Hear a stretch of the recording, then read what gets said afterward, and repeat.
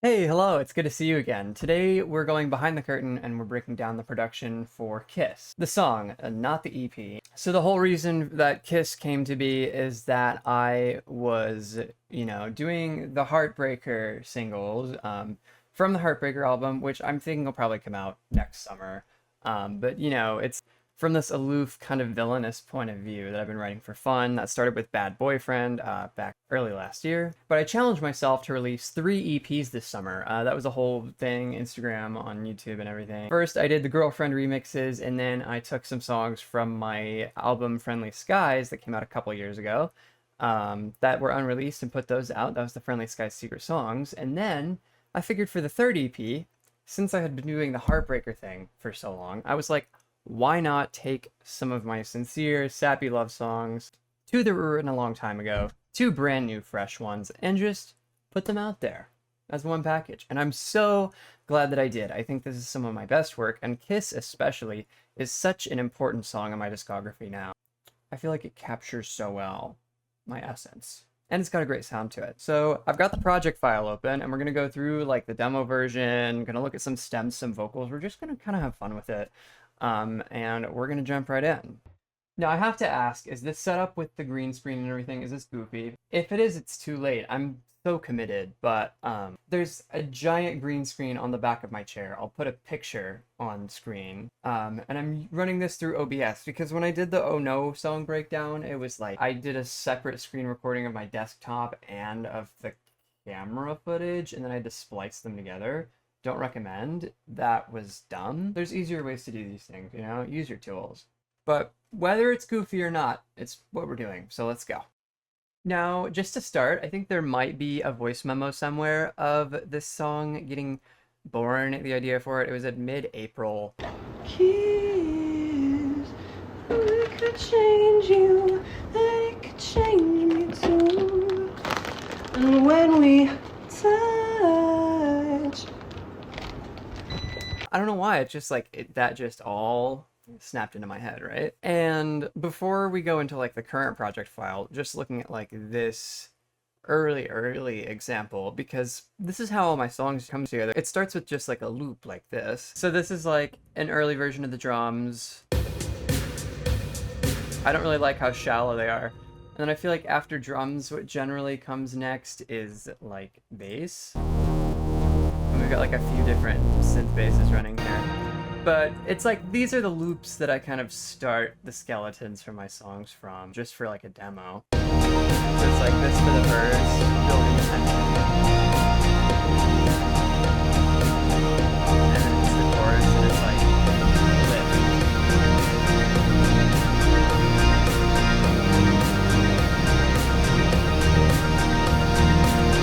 lift. Good stuff.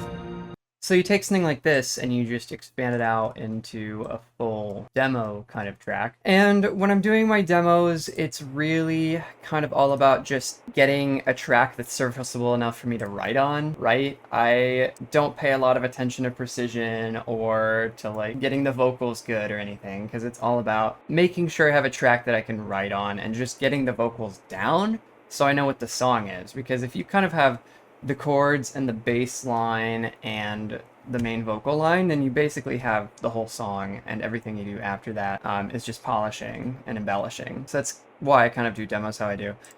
There is a little bit of planning for the harmonies here because I don't have a perfect pitch or anything, so I have to kind of plan out my harmonies, making the melodies. So for the chorus, that would sound like.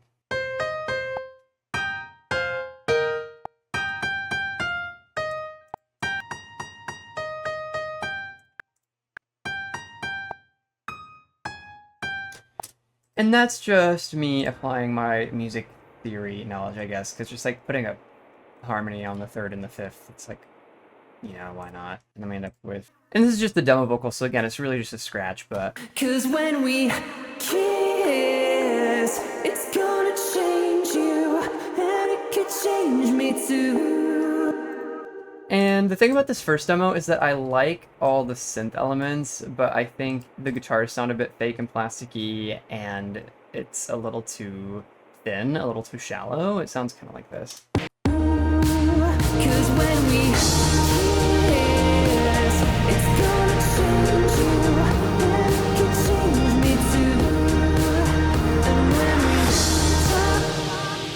notice though, the bass lines and things pretty much stayed the same.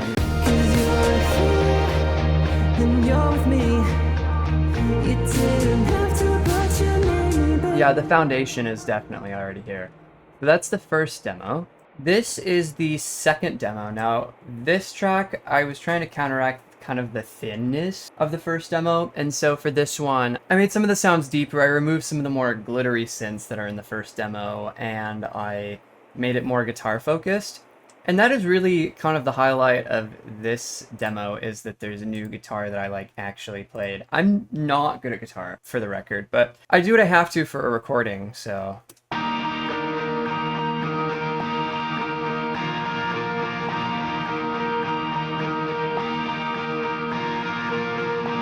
Yeah, not too bad. I mean, we have like these chords, which are pretty simple.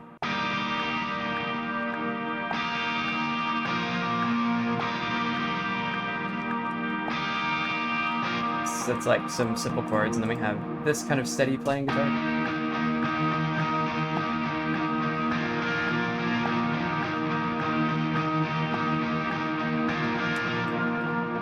It actually sounds better than I remember, but I'm obviously not an expert guitarist.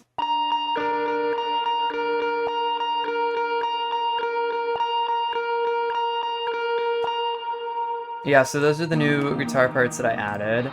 And then there's also like these.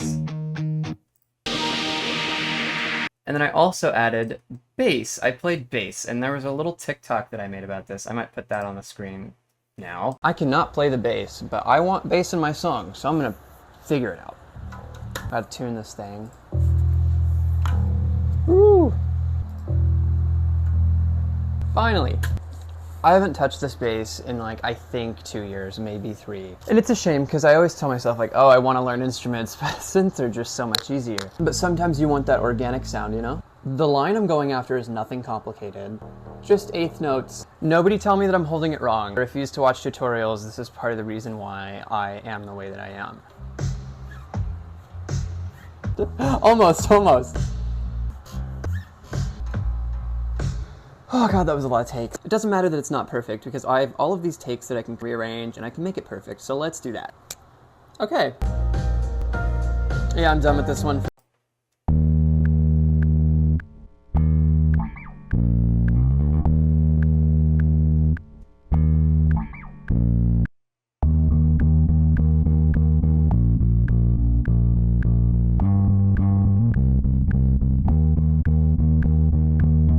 As much as I love VSTs, there's something about a real instrument that just can't be replicated, unfortunately, because, I don't know, I'm not that great with instruments right now. I need to practice guitar a lot more than I do. But overall, and then I just ported the same vocals over from the first demo because I figured, you know, I'll really record it when I really record it. But then, this is what we ended up with.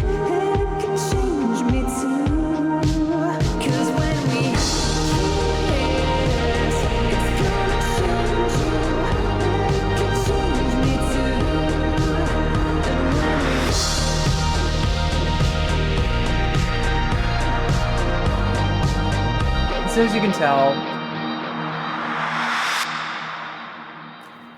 tell, this version is definitely a lot dreamier, a lot more washed out. I did like that partially, but I wanted to bring back some of the sharpness and punch of the first demo. And so then I kind of compromised and ended up doing demo 3.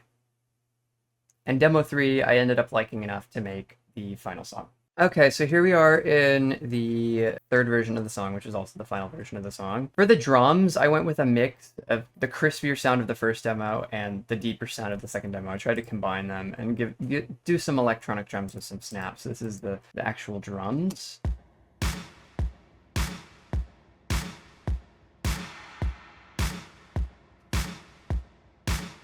So it's definitely got some snap, but then it's also got some room, some reverb, and then for the percussion,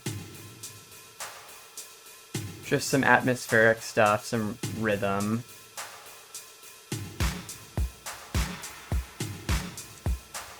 And then of course, your risers and falls, which you cannot forget. To bring you out of one section and into the next one. The whoosh, it's so important. I don't know. Maybe I overuse it. but maybe you can't overuse it.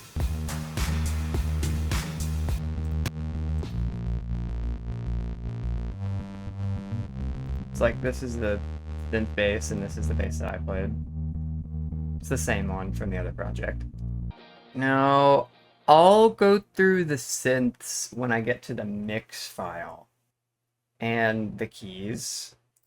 But I did mix real and fake guitar, so the real guitar is this. Same files as in the second demo session, but these ones have been thinned out a little bit, taken out some clashing frequencies. And then this is the fake guitar. And then this is like the solo, the melodic one.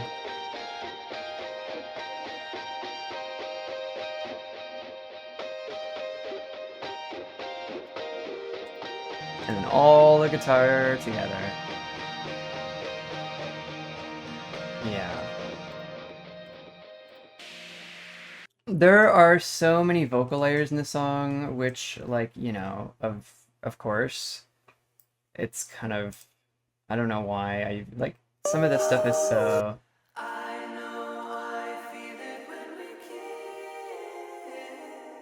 That stuff is so far in the background. Sometimes I'm like, why'd I even put it in there? But I think it's, I think it was a good idea. I love these. So I have an automated filter here on these vocals because this is like the, my kiss, it's gonna change.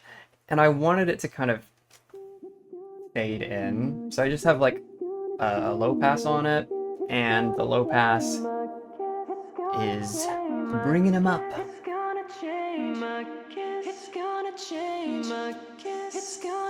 And of course, I have the, at least in the final mix, I'm not sure if here, but I actually have all background vocals kind of sidechained against the lead vocal, so it ducks under it.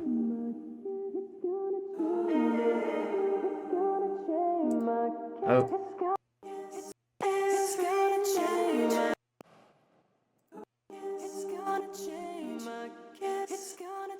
So you can see that when the lead vocal spikes, the background vocals are ducking under. You can't hear the lead vocal right now, but you can see the waveform. If I turn it on, then you can hear it.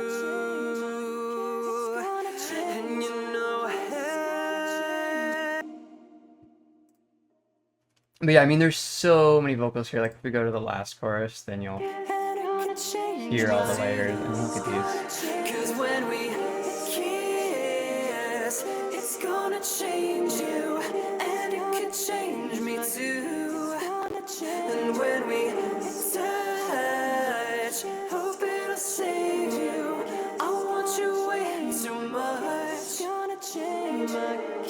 My style, I don't know, I really love just, you start bringing in simple melodies, and through the rest of the song you build it up until by the end you're just like overwhelmed with it because there's so much going on. I do really love a packed final chorus. I feel like if final chorus doesn't kind of hit you like a truck, I feel like you're doing it wrong.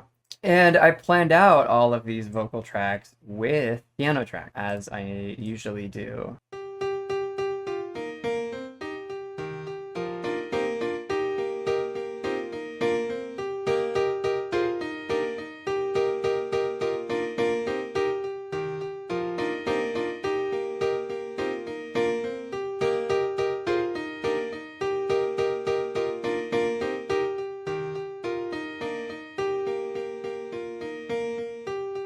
It's definitely a balance striking between having it sound as full as possible, but also trying not to make it too chaotic or overwhelming. My style definitely can err on the side of overproduced, overdone, but what can I say? I love a lot of tracks, and I'm the one who pays for it with all the time that I put in mixing. So we can switch over to the mix project now. I also want to take a moment to show this EP on Spotify because I want you guys to go listen to it. I want you to put it in your playlists. Definitely just, you know, pick your favorite song, add it to your current playlist, add it to some mood playlists, I don't know. Passive listening is the best thing for us artists, so if you can fit us into your playlist and not even have to go to our profile to play our songs, then we're golden, right?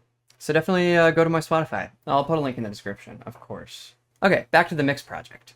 Okay, now we're looking at the mix file. So basically what I do is I condense my stems into 50 or 60 tracks, because obviously in a bigger project like this, like the actual project, there's 170 tracks here. But here there's just 77. That's manageable, right? I'm like practically a production minimalist. But we've got our categories here, color code everything.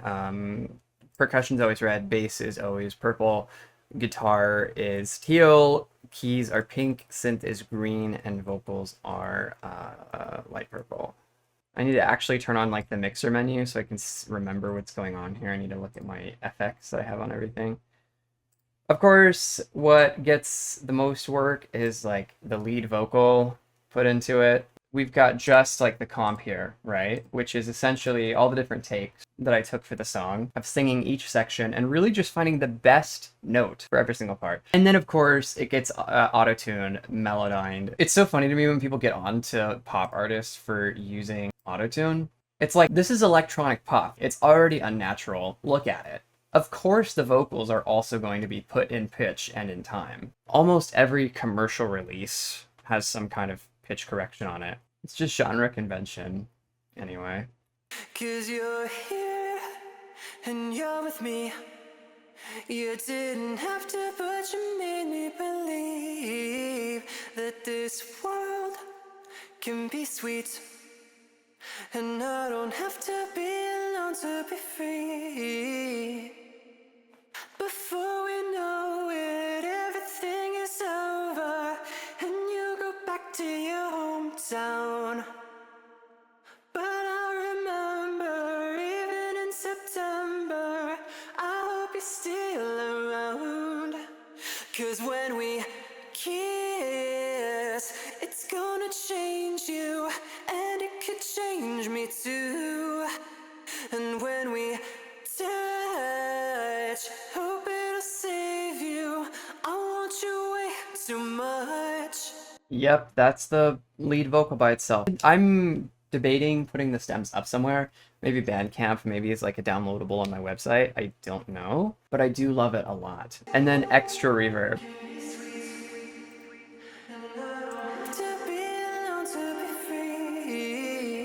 So that's just under like the main lead vocal. We've got all this like reverb. And then we also have doubles.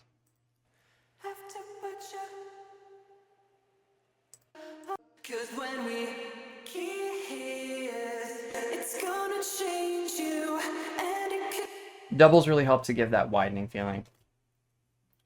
If you ever hear a pop song and you notice that the vocals become like wider at a certain point, it's probably just doubling. Like you just record one for the left ear, one for the right ear, and you put that next to the main vocal and it gives this wide effect.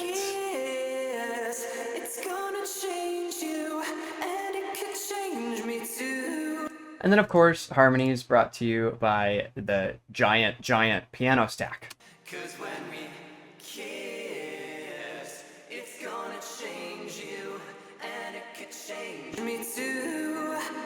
And when we touch.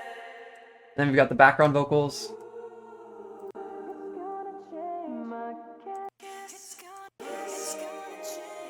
So then you can hear that while in the piano track form it sounded kind of chaotic, when combined, they've been mixed together so that some vocals duck other vocals and it doesn't sound as chaotic.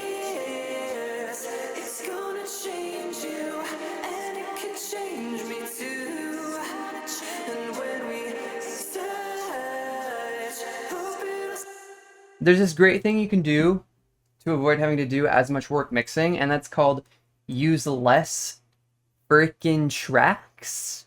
But that was never going to be me. I'm always going to be track maxing. I am a track-pilled track maxer, and I will be probably doomed to mix huge projects for the rest of my life. One synth that I added here that I love is just like this simple sine wave thing that kind of goes throughout the whole song. I don't know what it is, but it's so special. Like, it reminds me of the Postal Service. It feels so lovely. And it's just in the background here this whole time. It's very apparent, like, during the beginning. because during the beginning, it's like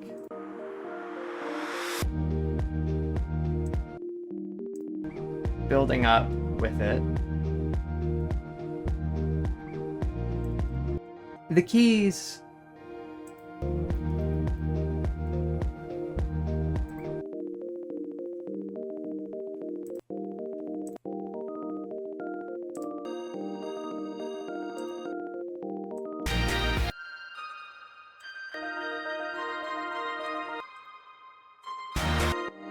And in terms of synth overall, we have these different synths. They're sidechained against the kick, but also against the vocal. Then I think on all of these, I have like a sidechain EQ. It doesn't look like it's there, but it's maybe on these. If you want to do a good job with your mixes, I recommend starting your mix in mono and adjusting the stereo field after you've gotten it sounding good just in mono, because that's how I've always kind of done it.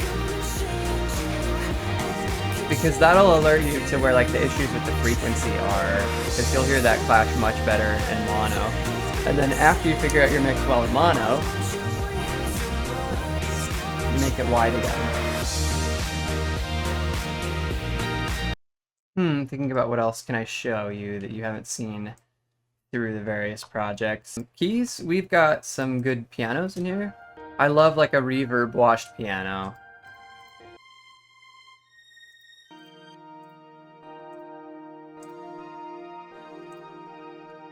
And we've got some very dreamy pads in here.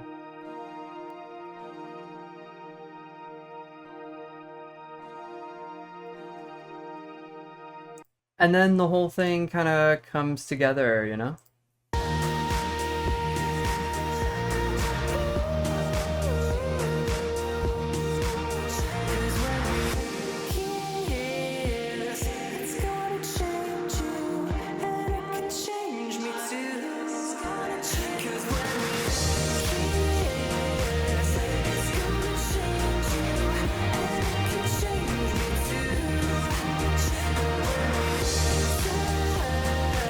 Yeah, no notes. I spent forever on this mix though. So I'm so glad that it's finally out and I'm finally free. I don't know, is there anything else interesting in here? Honestly, no. I'm thinking I'll probably put the stems for this song on Bandcamp so you can go and download those if you feel like you wish to.